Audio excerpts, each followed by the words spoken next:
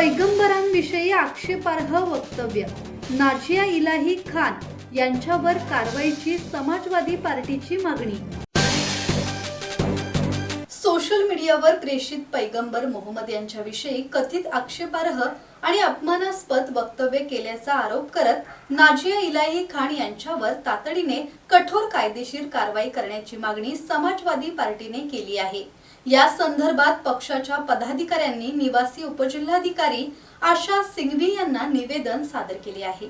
निवेदनात संबंधित वक्तव्यामुळे मुस्लिम समाजाच्या धार्मिक भावना दुखावल्याचा दावा करण्यात आला असून अशा प्रकारच्या विधानांमुळे सामाजिक तेढ वाढून कायदा आणि सुव्यवस्थेचा प्रश्न निर्माण होऊ शकतो असे नमूद करण्यात आले आहे।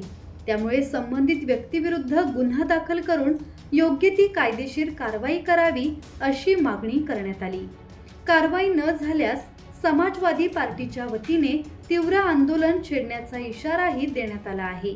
यावेळी जिल्हाध्यक्ष फारुख खान कुरेशी, अब्दुल करीम शेख, नाजिद खान कुरेशी, मोहसिन शेख, जमील मंसूरी, आशिक पिंजारी, सामाजिक कार्यकर्ते सुनील महिरे यांच्यासह पक्षाचे कार्यकर्ते उपस्थित होते। समाजवादी पार्टीच्या वतीने आज माननीय जिल्हाधिकारी यांना एक निवेदन देण्यात आलेले आहे।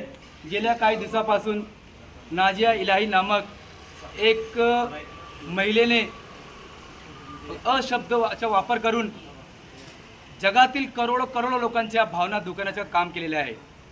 पैगंबर मोहम्मद सल्लल्लाहु अलैहि वसल्लम ज्यांच्या पूर्ण जगात एक आदर आहे आणि त्यांच्या मानणारे सर्व समाजातील लोक आहे, अशा वेळी ही नाझिया नामक व्यक्ती ज्याला मुळीच माफ करता येणार नाही असे कृत्य त्याने केलेले आहे।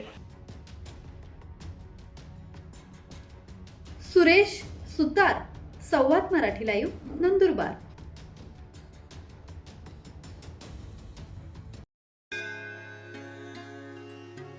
श्री गणपती संस्थान महड, तालुका खालापूर, जिल्हा रायगड।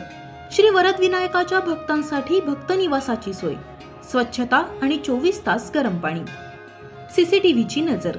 आगाऊ नोंदणीसाठी संपर्क करा 02192 26 69 12 72 76 47 38 54।